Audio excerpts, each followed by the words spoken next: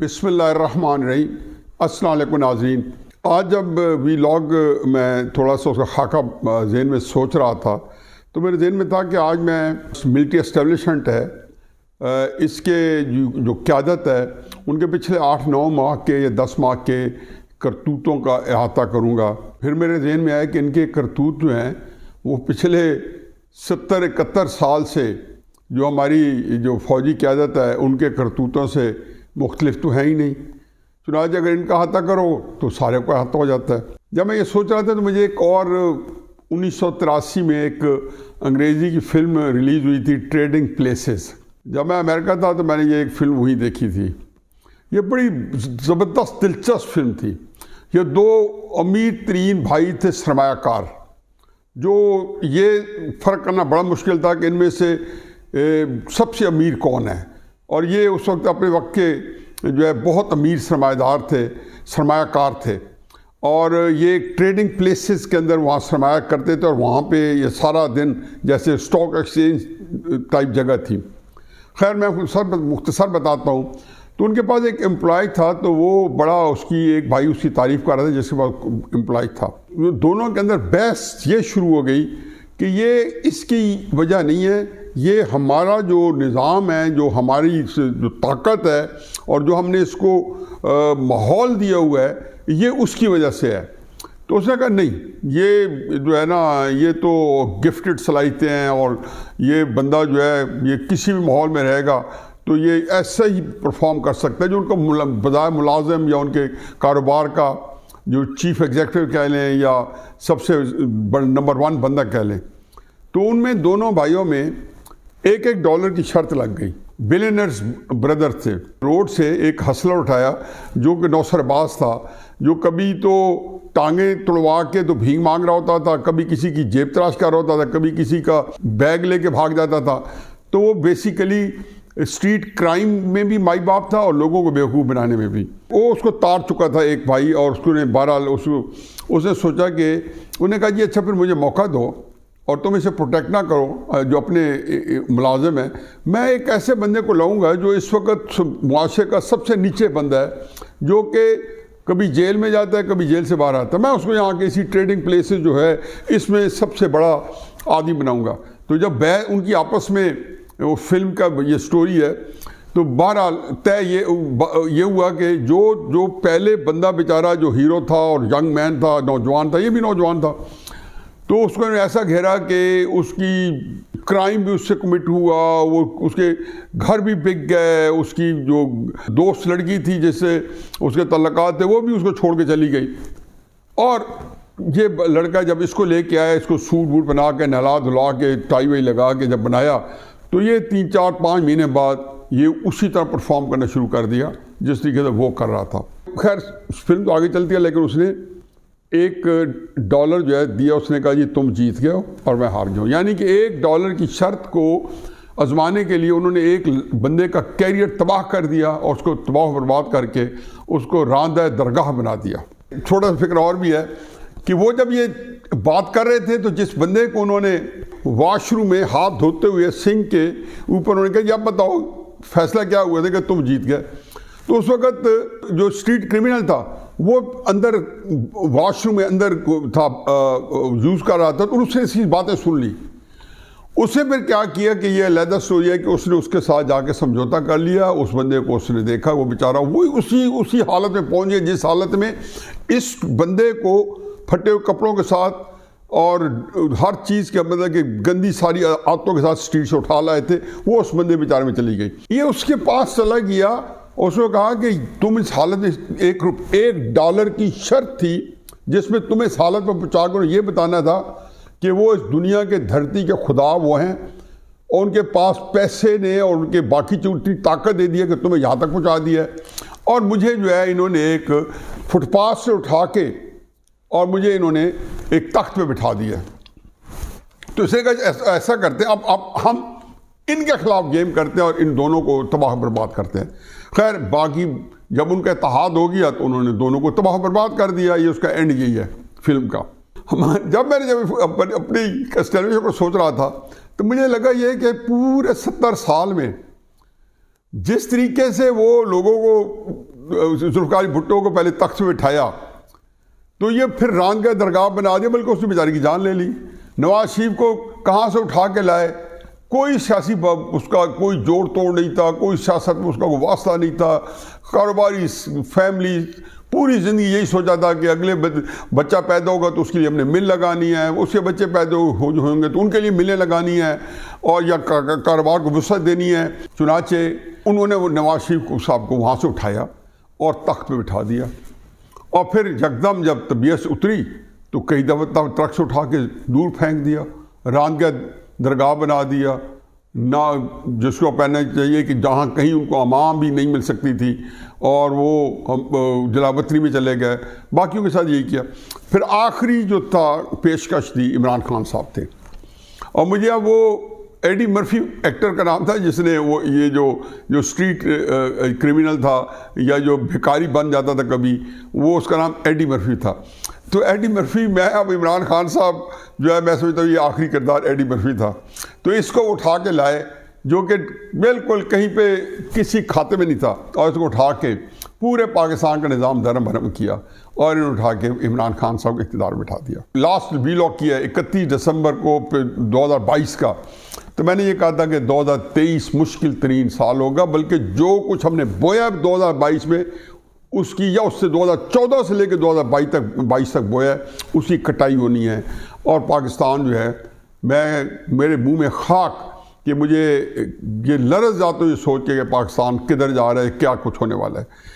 शायद ये प्रोसेस तेज़ भी हो गया है और ये किसी के पास कोई हल नहीं होगा। इनका अपना गेम कैसे रही, जो मैं कहता हूँ ना कि एक ये जर्नल्स के शब व रोज़ जो पिछले 70 साल से उनके रात दिन जो उन्होंने जो गुजारे हैं, वो पाकिस्तान में कितने कड़े गुजरे हैं, उन्हें पाकिस्तान के बारे में क्या क्या किया। मुझे तकलीफ़ होती है कि 70 साल में हमने जंगें भी बहुत लड़ी, जिसमें हमारे बहुत हमने हीरोज़ पैदा किए, लेकिन वो कौन थे? मेजर से बेचारे, कर्नल्स थे, लेफ्टिनेंट थे, सिपाही थे, हवालदार थे। किसी जनरल को देखा आपने कि हमारी जंगों में उसका नाम जो है दुनिया में सुनहरे रूप से लिखा जाए? इंडिया के जनरल मानिक शाह है, उसे पाकिस्तान तोड़ने का और मशी पाकिस्तान फतह करने का उसको फील्ड मार्शल बनाया और इंडिया में उसको पढ़ाया जाता है। उनके साथ जनरल अरोड़ा था जो कि वो कमांड कर रहा था, ईस्टर्न कमांड थी उसके पास इंडिया की, और जिसने असल अटैक किया और जिसने जंग लड़ी उसको भी, और वहाँ से जंग पे जाके जंग लड़ी उसको भी जाके उन्होंने कितने कितने एजाज़ात दिए। हर मुल्क के पास जर्नलों के बड़े बड़े जर्नल हीरोज़ हैं। बदकिस्मती से हमारा कोई जर्नल जो है, कोई जो जंग के लिए फ़ौजें बनती हैं, कोई जंगी हीरो हमारा जर्नल नहीं बन सका आज तक, क्योंकि इनकी प्रायोरिटी जो थी वो हुकूमत के में अपना अससूख रखना और उनको बढ़ाना और उसके मुताबिक अपने मुताबिक कोई ना कोई हुकूमत कायम करना। मैं कई दफ़ा कह चुका हूँ कि लियाकत अली ख़ान से शुरू हुए और उसके बाद चलो उसको भी छोड़ें, ख्वाजा नाज़मुद्दीन को जिस बेईमाना तरीके से इन्होंने दफ्तर से वज़ीर आज़म को बर्खास्त किया, डिसमिस किया, और उसके बाद आज तक लामतनाई सिलसिला इमरान खान साहब तक चला है। लेकिन हुआ क्या इसमें, आप ये देखें कि कितनी खौफनाक गेम खेली गई कि फ़ौज के अंदर 2021 जनवरी में, जो बाजवा साहब ने खुद बताया, फिर DG ISPR ने और DG ISI ने मुश्तरका प्रेस कॉन्फ्रेंस में कहा कि फ़ौज ने एक मुश्तरका ऐसा कानून बनाया कि अगले 18-20 साल तक यही लोग होंगे, सबको बिठाया गया। यानी कि मुझे लगता है कि उसमें शायद ब्रिगेडियर्स भी शामिल हों जब ये फैसला किया गया हो। इंस्टीट्यूशन का फैसला है कि हमने सियासत में दखल नहीं होना। अच्छा, तो मैं इसको समअप करता हूँ कि असल में पहले तो ये देखें कि मैं जर्नलों के शब रोज़ भी नहीं कहना चाहिए, एक आर्मी चीफ और चंद जर्नल उनके शब रोज़, क्योंकि ये 3-4 हैं जो पूरे बेचारे हमारे जर्नल्स के इंस्टीट्यूशन को इन्होंने बदनाम किया। क्योंकि हकीकत ये है कि सारे इनके जो बदअमालियाँ रही हैं, इनके अंदर कभी जनरल पूरा इंस्टीट्यूशन जर्नलों का शामिल नहीं हुआ। कभी कोर कमांडर लेवल पे इस तरह बेईमान फैसले नहीं होते। पहले तो उनको वहाँ पे जो इन्फॉर्मेशन दी जाती है ISI की तरफ से, वो भी तोड़ मरोड़ के दी जाती हैं। लेकिन असल मसला ये है कि ये जो है, जब नवाज शरीफ साहब को 2014 में जब धरने कराए गए इमरान खान साहब से, कादरी साहब से, तो हमें देखें, पता है मॉडल टाउन के अंदर वहाँ पे 12-13 बंदे भी मर्डर हो गए थे। कभी तहकीकात कराएं तो हो सकता है कि 50-100 साल बाद पता चले कि हमारे ISI ने या हमारे किसी इदारे ने करवाए हैं। कोई बईद नहीं है, मैं कोई इल्ज़ाम नहीं लगा रहा, मैं तो कह रहा हूँ कि क्योंकि इस तरह की वारदातें जो हैं हमेशा इदारों के ऊपर उंगलियाँ उठती हैं और इदारे कराते हैं। इसका मतलब यह है कि उन्होंने नवाज शरीफ को हटाने के लिए या नवाज शरीफ को कमज़ोर करने के लिए कितना भयानक खेल खेला, और उससे मुमलिकत पे क्या बीतती है, मुमलिकत रहती है नहीं रहती, उसको एक तरफ रखें। अच्छा, जब ये सारा वहाँ पे देखे 3-4 जर्नैल बिलाखिर पता चला कि 3-4 जर्नैल थे जिन्होंने चंद महीनों बाद रिटायर्ड होना था उस साल 2014 के एंड में, उन्होंने सोचा कि यार किसी तरीके से नवाज शरीफ को भगा दिया जाए, तो हो सकता है कि फिर उसके बाद हमारी मर्ज़ी की हुकूमत आए, इमरान खान साहब को या किसी को लें और मर्ज़ी के काम करें, या असम्बली के अंदर से जरदारी को भी हम बिला फुसला के ले आएँ। अब मुझे बताएं कि बताने का मकसद ये है कि 3-4 जर्नैल ही 5 जर्नैल ही होते हैं जो सारा उनको अहम पोजीशन दे दी जाती हैं, ISI की और MI की और 2-3 और जो है करीबी जो है। अब ये जब हुआ तो इसका मतलब ये है कि फ़ौज ने जो फैसला किया जनवरी 2021 में, उसकी धज्जियाँ किसने उड़ाई? उनके अपने जर्नैलों ने। किसकी क़यादत में? जनरल कमर जावेद बाजवा की क़यादत में। उनके दाएं बाएं कौन थे? जी फैज़ हमीद साहब का तो नाम तो अक्सर लिया जाता है, हो सकता है 2-3-4 और जर्नल भी हों। अजहर अब्बास साहब ने जो रिज़ाइन कर दिया है, जनरल आसिम मुनीर साहब 4 जनवरी से 3-4 दिन पहले, इसका मतलब हो सकता है उनके अंदर भी कोई यही वजह बनी हो। जो फ़ौज में इस तरह होता है कि चुपके से लोगों को रुख़सत किया जाता है। अच्छा, अब मैं सिर्फ आज हमें मकसद यही था कि बताना था कि ये लोग जब चलो सब कुछ हो गया, इमरान खान साहब के साथ वो क्या मामला कर रहे थे, क्या नहीं कर रहे थे, कहाँ पे असूली इख्तलाफ हुआ, लेकिन एक बंदे को ज़मीन से उठा के उन्होंने इक़्तिदार बिठाया और उसको ये बताना भी मकसद था कि तुम्हारी औकात क्या है। अब यह अलहदा बात है कि जैसे उन 2 बड़े सरमायाकारों को ट्रेडिंग प्लेसेस में आखिर में आके वो टकर गए। यहाँ पे हमारी बदकिस्मती है कि जिनके खिलाफ ये एक को उठा के दूसरे को उतारते रहे हैं, तो ये आपस में इनकी लड़ाई झगड़े करा के ही उन्होंने इसे उन तक़वियत मिली है। चुनांचे हर एक सियासतदान को अपने अपने वक्त पे अपनी अपनी हैसियत और अपने अपने जुस्से के मुताबिक जूते पड़ते रहे हैं।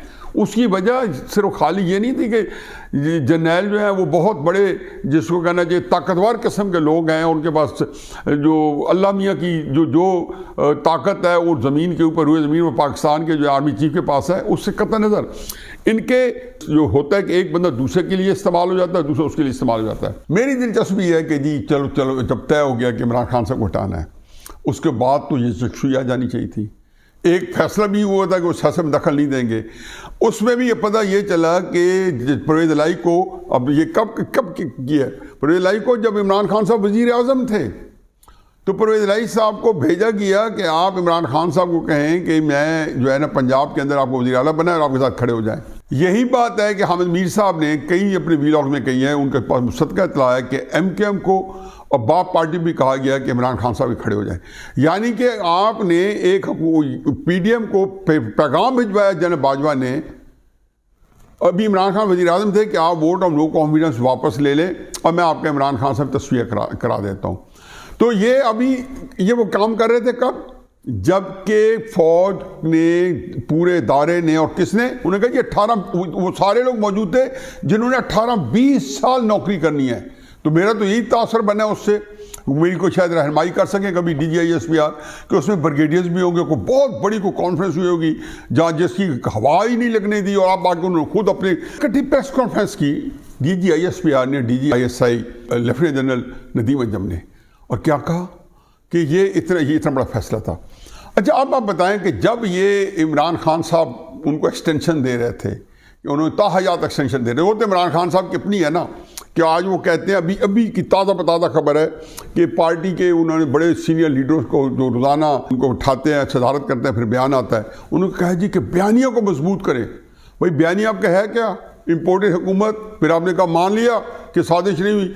फिर कहा जी कि जनरल बाजवा का, अब ये बातें जनरल बाजवा ने जावेद चौधरी साहब के ज़रिए अफशा कराई हैं कि जिसमें इन्होंने जनरल बाजवा साहब को, और यही बात DGI-SI ने बताई कि जनरल बाजवा साहब को ताहयात एक्सटेंशन देना चाहते थे।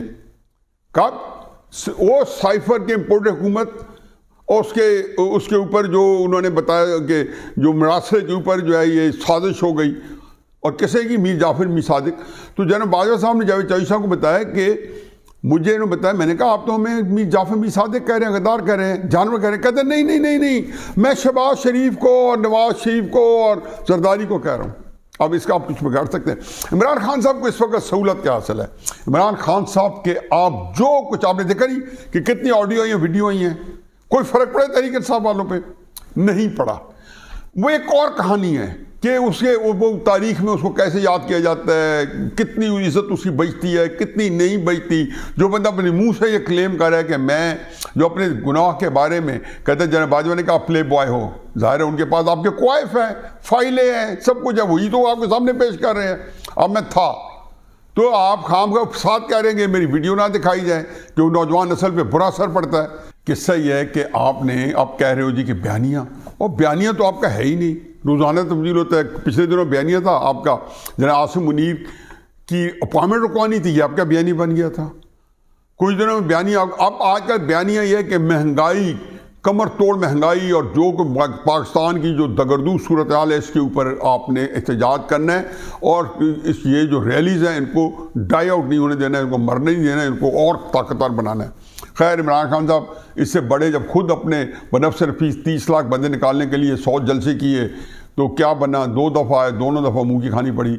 और वहाँ पे 30 लाख तो क्या 5-7 हज़ार बंदा मुश्किल इकट्ठा कर सके हर 2 मौके पे। अब इन्होंने पूरा साल किया क्या हमारी एस्टेब्लिशमेंट ने, खसूसन 2-3 किरदार हैं, जनाब बाजवा साहब और जनाब फैज़ अमी। ये अच्छा, फैज़ अमी अब कोर कमांडर पेशावर लग गए, लेकिन इमरान खान साहब के साथ रबते थे।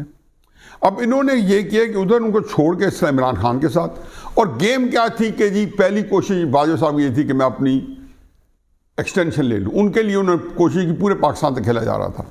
इन बिटवीन उन्होंने सोचा कि मेरी एक्सटेंशन नहीं मिलती तो मैं जनरल फायज या जनरल साहिर शमशाद, मैंने पीछे कहा कि इन तीनों की बहुत कुर्बत थी। और जब अब तो जनरल बाजवा साहब ने बताया कि मैं और जनरल फायज मिल के और जो है रफ़ा आमा का काम करेंगे। अल्लाह ताला उनको खिदमत खल्क करने की तौफीक दे। 22 करोड़ खलकत की उन्होंने खिदमत कर दी है और इस मुल्क को तबाह बर्बाद करके इस हाल में छोड़ दिया कि मुल्क का बचना मुहाल हो गया है। इसका जिम्मेदार एक ही बंदा है, जनरल बाजवा। और किरदार जो 8, 10, 15 हैं तो वो बहुत सारे हैं। उनमें से जस्टिस साकिब निसार को भी याद रखना होगा और आसिफ सईद खोसा को भी याद करना होगा, और हमारे आजकल के जज साहब हैं जो चीफ जस्टिस बनेंगे माशाल्लाह, इजाजुल हसन को भी याद करना होगा कि ये सारे लोगों ने किसी न किसी मौके पे ये सारे हिस्सा लिया। नवाज शरीफ को ब्लैक लॉ डिक्शनरी के तहत नाअहल कराने के लिए वजह ये नहीं थी कि उनको कोई बड़ा तकलीफ हो गई थी कि नवाज शरीफ को निकालना जो है, ये थी कि नवाज शरीफ निकलता है तो इनकी स्पेस पैदा होती है, इमरान खान साहब को लाते हैं तो फिर ये मज़ीद ताकतवर होते हैं, और वो तो लहदाबाद टकर गए। तो पूरा साल जो है इमरान खान साहब के साथ भी उन्होंने अपनी कुछ बंदे उनके साथ छोड़े हुए थे और कुछ बंदे PDM की हुकूमत के साथ छोड़े हुए थे।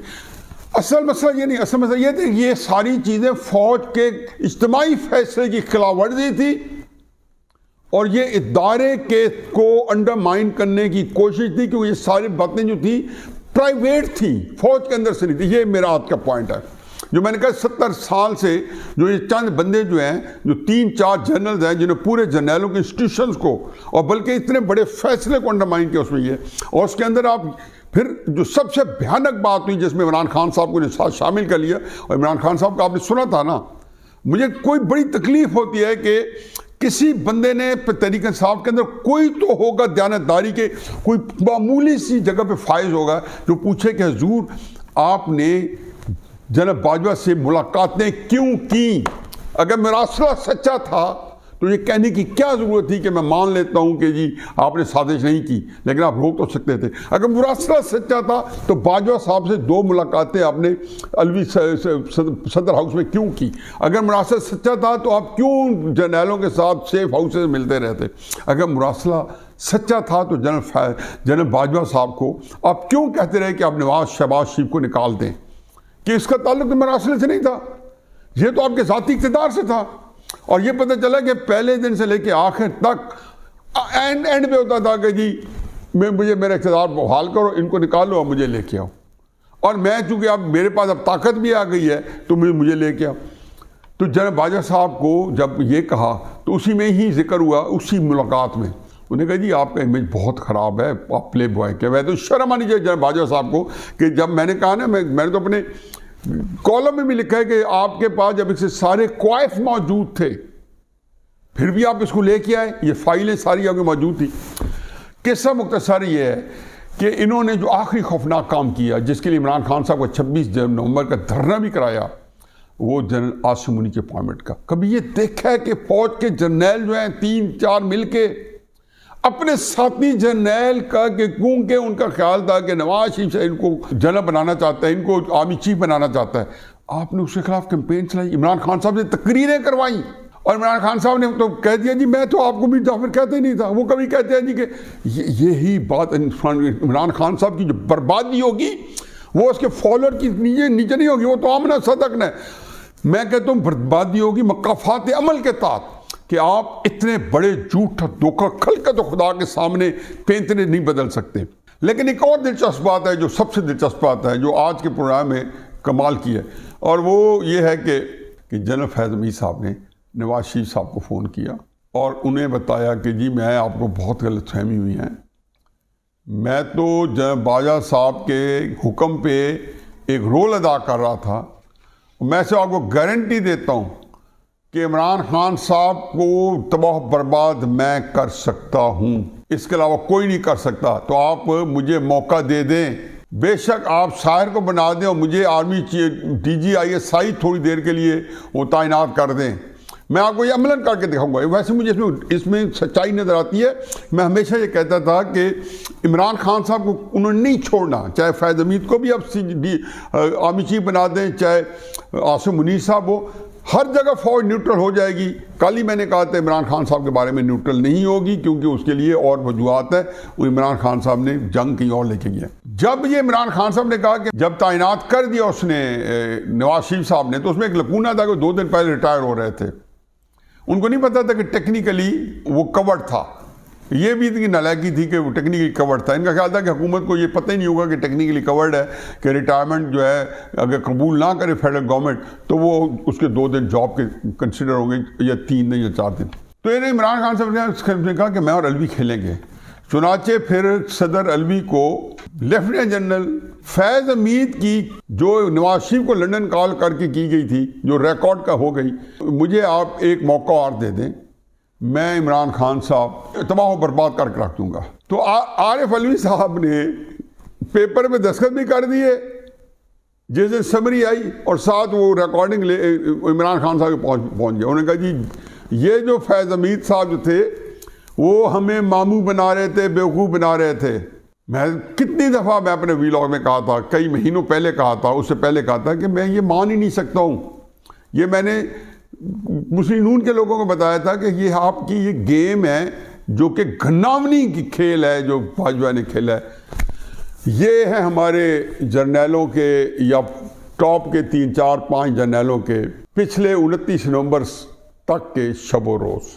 हुए तुम दोस्त जिसके उसका दुश्मन आसमां क्यों हो। ऐ मेरे वतन के पासबानों, आप लोगों से तो हमने यही तो रखी है, इस मुमलिकत को आपने बचा के रखना था। आप ही के हाथों 1971 का वाक़या हुआ। अगर आप लोग खुद अपने अदारे के अंदर सज़ा दे देते, जो कि हर फौज के अंदर ये तरीक़ाकार है, उन लोगों को जो ज़िम्मेदार थे 1971 के वाक़यात के, चाहे आपके आर्मी चीफ क्यों नहीं उसमें इन्वॉल्व थे, तो शायद आज मुल्क जो है आपका इदारा भी बहुत बेहतर होता, मुल्क 7वें आसमान में बैठा होता।